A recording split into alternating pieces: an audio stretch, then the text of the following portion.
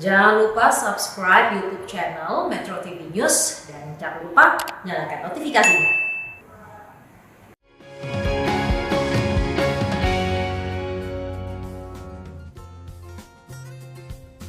Pemirsa, seiring dengan perkembangan teknologi dan juga informasi, industri multi-level marketing atau yang biasa dikenal dengan MLM juga mengalami perkembangan yang signifikan.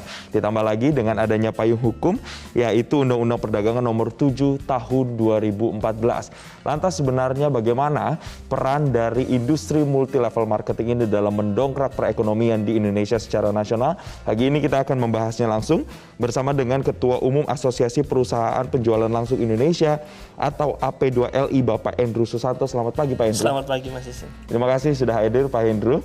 Dan berikutnya juga ada co-founder AFC Life Science Indonesia Bapak Michael Tampi. Selamat pagi Pak Michael. Selamat pagi Mas Hendru. Baik, dan bergabung bersama kami di luar studio melalui sambungan Skype Direktur Jenderal Perdagangan Dalam Negeri Kementerian Perdagangan Republik Indonesia Bapak Shailendra. Selamat pagi Pak Shailendra.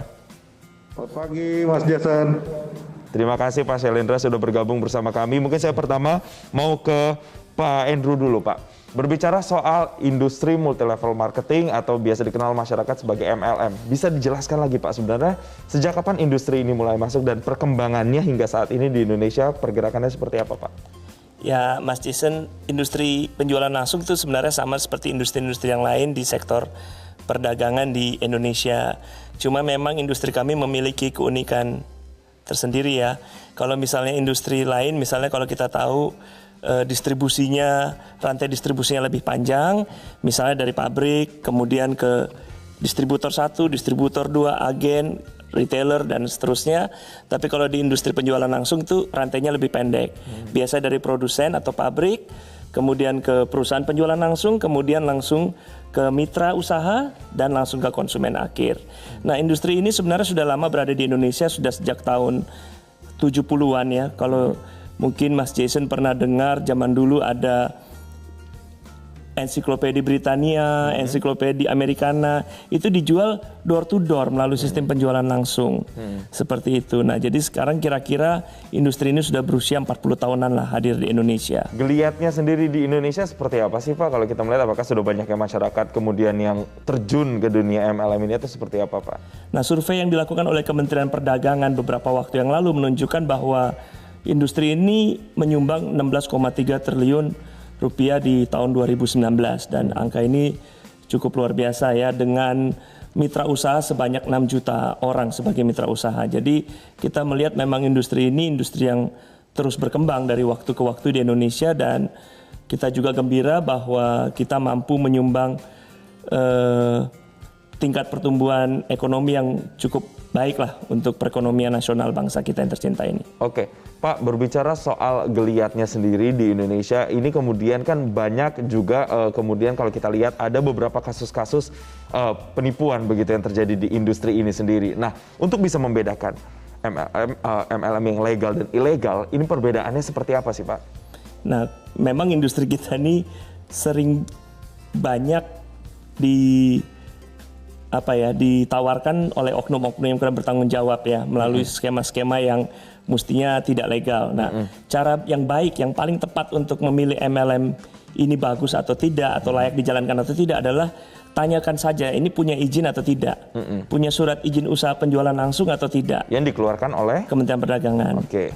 Seperti itu. Kalau sudah punya SUP-L, ya bisa dipastikan bahwa setidaknya MLM ini legal. Pertama itu dulu. Nah, masalah bagus atau enggak kan itu pilihan sendiri-sendiri ya terhadap bisnis. Oke, berarti as long as dia punya surat izin yang dikeluarkan oleh Kementerian Perdagangan tadi, itu sudah menjadi sebuah standar untuk bisa bergabung di industri ini atau tidak, begitu ya Pak ya. Saya mau ke Pak Michael. Pak, kalau kita melihat juga sekarang kan banyak ketidaktahuan atau saya menyebutnya sebagai ketidakpahaman masyarakat secara mendetail terkait dengan industri atau bisnis ini.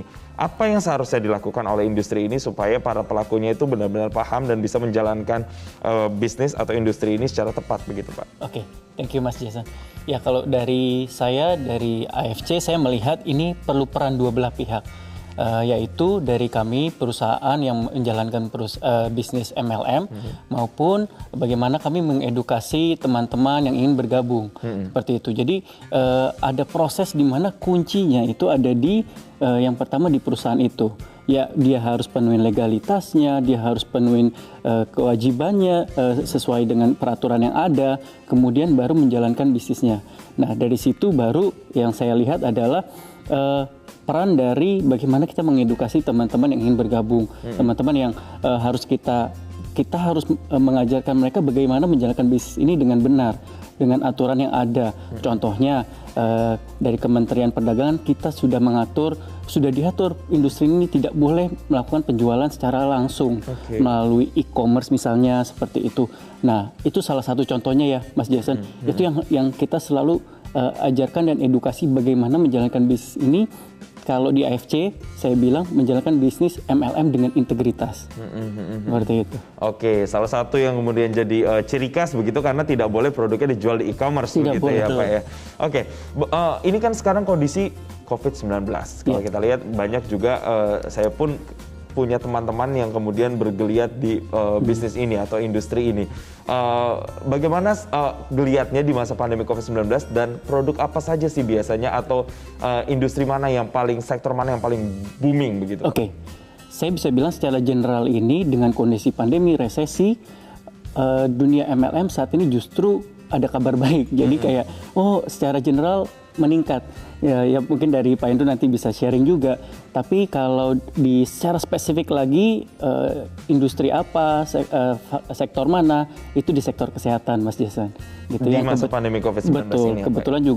Kebetulan banget juga AFC Life Science itu bergerak di industri kesehatan di suplemen. Oke, karena memang lagi masa pandemi, akhirnya demand terhadap sektor kesehatan pun menjadi tinggi. Betul. Tapi sebelum pandemi, apa Pak sektor mana yang paling booming begitu Pak? Nah, secara general saya rasa cukup berimbang dan memang kalau di Indonesia trennya health and beauty seperti itu. Tapi kalau by data saya yakin akan lebih valid kalau Pak Andrew dari asosiasi punya datanya. Seperti itu. Oke, ini menyambung apa yang sudah dikatakan Pak Michael tadi Pak. Industri beauty dan skincare kemudian banyak yang dijual begitu kan. Kenapa industri ini yang paling menonjol Pak di Indonesia Pak? Saya ya? Iya. Ya itu yang saya bilang, yang saya pikir ya, mungkin manusia kan selalu ingin berkembang dan selalu ingin tampil lebih baik. Pertama, kesehatan menjadi faktor utama, kemudian setelah sehat tentu ingin tampil selalu lebih ganteng, lebih cantik. Nah, jadi memang industri ini, sektor tersebut berkembang di industri penjualan langsung. Oke, ya. Ini kalau dibandingkan dengan negara lainnya pun juga seperti inikah? Apakah di negara lain juga sama? Saya rasa sama, karena juga banyak perusahaan penjualan langsung dari mancanegara yang beroperasi di Indonesia. Dan kita melihat selama ini bahwa fokus utamanya adalah sektor-sektor kecantikan dan kesehatan tersebut. Oke, baik. Saya mau nanti akan tanya setelah ini ke Pak Shailendra bagaimana dengan surat izin yang tadi Pak Edo sudah singgung sedikit terkait dengan legalitas untuk teman-teman yang ingin kemudian bergelut atau di industri ini seperti apa mekanismenya, tapi jangan dijawab sekarang Pak Shailendra, kita akan bahas usai jeda. Pemirsa yang kemana-mana, kami kembali saat lagi.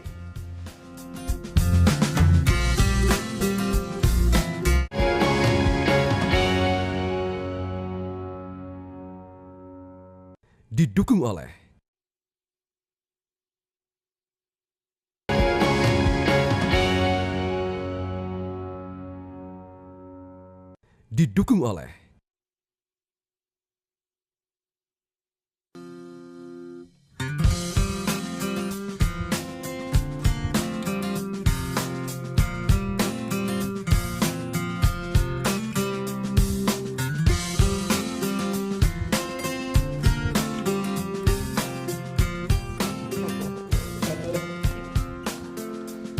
Ya, saya mau langsung ke Pak Shailendra. Pak Shailendra, terkait dengan apa yang sudah disinggung tadi sebelumnya oleh Pak Andrew terkait dengan legalitas ketika orang-orang atau masyarakat ingin bergabung dalam industri ini, Pak. Apa yang harus dipunya yaitu adalah surat izin. Nah, ini bagaimana Pak mekanismenya untuk bisa mendapatkan surat izin tersebut, Pak? Baik, terima kasih Mas Jason. Yang pertama tentu pemerintah saat ini banyak menderegulasi dan memberikan kemudahan bagi teman-teman untuk berusaha. Kalau mau mulai berusaha seperti ini, itu sekarang nggak perlu lagi datang ke kantor, cukup online semua.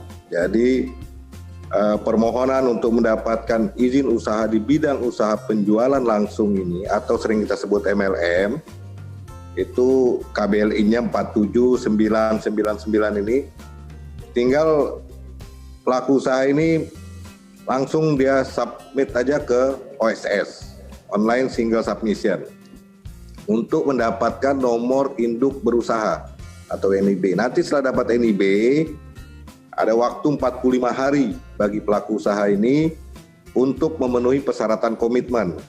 Nah, apa saja persyaratan komitmen itu? Nanti masuk ke sistem SIPT Kemendak. Nah, itu online aja, nggak perlu datang, nggak perlu ini. Nah, kemudian apa saja persyaratannya? Yang pertama tentu surat izin edar. Jadi ini kan tadi udah banyak singgung soal alat kesehatan, kemudian juga produk-produk suplemen. Tentu ini perlu banyak ada surat izin edar dari BPOM karena ini kan menyangkut kesehatan. Nah, kalau sudah ada surat izin edar dilampirkan, kemudian ada kontrak ya, atau penunjukan dari produsen yang memproduksi alat kesehatan maupun suplemen tadi.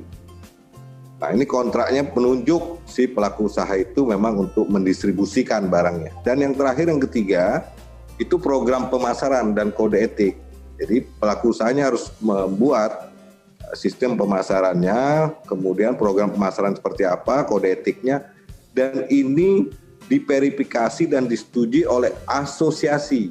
Nah, jadi kita melibatkan asosiasinya, baik AP2LI maupun APLI. Jadi silakan diverifikasi, kemudian dari hasil verifikasi itu, maka kita akan terbitkan dalam waktu 3 hari jika semua persyaratan itu lengkap dan benar. Jadi sangat mudah lah sekarang kalau teman-teman mau berusaha ini, dan tadi udah sampaikan ya, mitranya saja udah 6 juta. Kemudian transaksinya aja 2019 datanya itu hampir 16,3 triliun, hampir 16,4 malah kalau data kita. Itu ada 157 perusahaan MLM yang melapor dari 307. Nah, yang lain ini lagi kita tanya ini laporan mana? Mungkin jangan-jangan lebih dari ini kan? Ya, bayangkan 6 juta tenaga kerja yang tidak terlihat bisa diakomodir melalui bisnis MLM. Ini bukan main besarnya, luar biasa. Oke. Saya rasa itu Mas Jason, jadi sangat mudah lah ya. Kalau mau usaha ini nggak perlu datang ke kantor, cukup secara online mengajukan perizinannya, semua diproses secara online tatap muka. Oke, tadi Pak Syailendra menyebutkan Pak Syailendra tadi menyebutkan ada sekitar kurang lebih 157-an perusahaan di Indonesia yang kemudian sudah melapor atau sudah mendaftarkan ke Kementerian Perdagangan. Tapi banyak juga yang ilegal begitu Pak. Nah, ini presentasenya sebanyak apa Pak? Jadi gini Mas, kalau yang terdaftar itu 307 udah daftar, tapi yang melapor, memberikan laporan, jualan segala macam 159 perusahaan, ya 157 perusahaan lah yang sudah melapor ke kita, sehingga kita bisa mencatat transaksinya, makanya tadi yang kita sampaikan jumlah mitranya. Nah, ini yang lain sedang kita terus minta supaya menyampaikan laporan ini untuk kita melakukan evaluasinya. Nah, sebenarnya kalau untuk yang ilegal ini biasanya ini kalau namanya tidak ilegal ya, tidak ada laporan, tidak melapor, tidak punya izin segala macam. Nah, ini kalau ada yang melapor masyarakat, ini kita langsung mengambil tindakan. Dan sudah banyak yang tidak tindak. Baik. Jadi, nanti saya akan tanya Pak Syailendra lebih detail lagi terkait dengan penindakannya seperti apa. Tapi saya mau ke Pak Michael dulu, Pak. Melihat sekarang masyarakat sudah banyak kemudian yang terjun ke bisnis atau industri ini, ditambah lagi dengan gempuran media sosial juga yang semakin menjadi booster. Nah, ini apakah ada pergeseran tren kalau kita bandingkan misalnya dengan 5 atau 10 tahun lalu industri ini sendiri seperti apa Pak? Oke. Kita balik lagi Pak, topiknya MLM putar roda perekonomian, khususnya di era pandemi resesi ini. kita lihat by data, kita lihat juga dari sisi saya perusahaan AFC juga saya lihat bagaimana pertumbuhannya tuh signifikan banget, Mas Jason. Jadi saya akan tetap bicara mengenai apakah MLM itu bisa jadi solusi untuk teman-teman sekarang di masa resesi ini. Saya dengan yakin saya bisa bilang iya, gitu. Kemudian saya juga lihat semakin banyak di sosial media itu teman-teman yang mereka dengan bangganya, mereka dengan antusiasnya menjadi agen, menjadi penjual menjadi member dan menjalankan bisnis ini, Mas Jason. Jadi saya ngelihat trennya itu dibanding 5 tahun yang lalu bergeser itu tidak, tapi semakin signifikan dipercaya, saya bilang iya. Berapa persen Pak kira-kira kalau kita mencoba prosentase? Oh, kalau itu saya mungkin saya belum berani menjawab kalau dari sisi persentasenya, tapi mungkin kalau saya lihatnya dari sisi saya AFC, saya melihat bahwa di saat ini perkembangannya itu signifikan, Pak. Gitu. Lebih dari 2 kali lipat lebih, karena buat saya orang saat ini suka nggak suka akan mencari solusi, akan mencari oh, gue punya waktu mungkin di rumah lebih banyak, saya punya waktu lebih banyak saat ini. Kenapa juga kita side hustle? Kenapa juga kita nggak mencari extra income? Lalu kita lihat MLM sekarang jauh lebih baik dengan keterbukaan informasi, dengan legalitas, dengan asosiasi. Mereka bisa lihat, oh mana yang harus saya pilih sih, MLM mana yang benar, MLM mana yang baik, seperti itu. Jadi saya ngelihat signifikan di 2020. Justru MLM itu menjadi solusi untuk menggerak roda perekonomian, Mas Jason. Oke, saya mau langsung sambung ke Pak Hendro. Menggerakkan roda perekonomian. Sesignifikan apa sebenarnya peran dari industri ini terhadap perekonomian? Apalagi sekarang Indonesia sudah masuk resesi, Pak. Ya, seperti yang dikatakan oleh Pak Dirjen tadi, bahwa perusahaan yang kita sudah catat melaporkan perputaran ekonominya itu 16,3 triliun nilainya. Dan itu baru setengah yang melaporkan hal tersebut ke Kementerian Perdagangan. Jadi kita bisa, ya mungkin kasarnya kita anggap 20 triliun yang menyumbang ke perekonomian Indonesia. Terutama di saat resesi seperti ini, ketika banyak usaha yang ya kita nggak pernah duga ya kita masuk ke masalah pandemi seperti ini, jadi tutup atau kurang bergerak. Justru di sektor industri kami ini, di penjualan langsung ini terlihat sangat signifikan berjalan, berputar, dan angkanya trennya juga semakin naik. Gitu, beberapa perusahaan termasuk AFC melaporkan ke kami bahwa sejak Januari sampai Agustus itu omsetnya naik minimal 10%. Oke, ini yang kemudian juga jadi diharapkan bisa menggerakkan roda perekonomian lagi dan memulihkan Indonesia dari resesi begitu di kuartal berikutnya. Ya, kita dari segi industri kita senang sih bahwa industri kita ini punya kontribusi positif tentunya terhadap perekonomian nasional bangsa kita. Baik, Pak Hendro dan juga Pak Michael, nanti saya akan tanya lebih detail lagi terkait dengan target-target khususnya dari AP2LI ke depan, dan juga ke Pak Shailendra bagaimana dengan pengaduan-pengaduan masyarakat. Adakah saluran-saluran yang bisa dibuka sebagai kontrol bagi mereka para penggerak dan juga konsumen dari industri MLM ini? Kita akan bahas usai jeda. Pemirsa jangan kemana-mana, kami kembali sesaat lagi.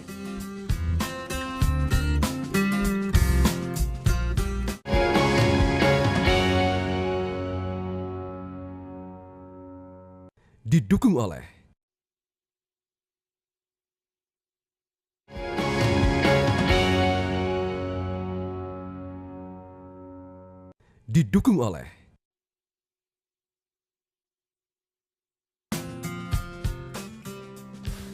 Oke, kita kembali lagi di segmen yang terakhir, segmen konklusi. Mungkin saya pertama mau ke Pak Shailendra. Pak Shailendra, terkait dengan perlindungannya, Pak. Kalau tadi sudah ada misalnya surat izin yang dikeluarkan bagi para mereka pelaku industri ini, dan kemudian untuk konsumennya sendiri, Pak. Kalau misalnya ada kerugian yang diakibatkan dari industri ini, adakah saluran-saluran yang dibuka untuk kemudian bisa melindungi para konsumen dari industri ini, Pak? Baik, Mas Jason. Yang pertama pastinya masyarakat dapat memberikan laporan kepada Kementerian Perdagangan terkait perusahaan penjualan langsung atau MLM ini. Bukan hanya yang tidak memiliki izin, tetapi juga perusahaan penjualan langsung yang menyalahgunakan izinnya. Jadi masyarakat bisa melaporkan kepada kita. Kemudian masyarakat juga berhak mendapatkan informasi terkait kegiatan perusahaan penjualan langsung dengan jelas dan benar. Jadi ini teman-teman dari pelaku-pelaku usaha penjualan langsung, kita minta untuk memberikan informasi yang sangat transparan kepada masyarakat, terutama kepada mitranya dalam melakukan kerjasama untuk berusaha di bidang penjualan langsung ini. Dan kita berharap terlindunginya kepentingan masyarakat dari praktek-praktek yang merugikan masyarakat. Dan selain itu juga industri penjualan langsung juga perlu mendapatkan perlindungan tentunya dari persaingan usaha yang tidak sehat yang dilakukan oleh entitas usaha yang ilegal. Nah, salurannya ini yang pertama, ada sekretariat Satgas Waspada Investasi. Ini di kantor Kemenko Perekonomian di Lapangan Banteng. Kemudian atau bisa melalui website Kementerian Perdagangan, masuk ke kontak us @kemendak.go.id atau lapor langsung ke Kemendak.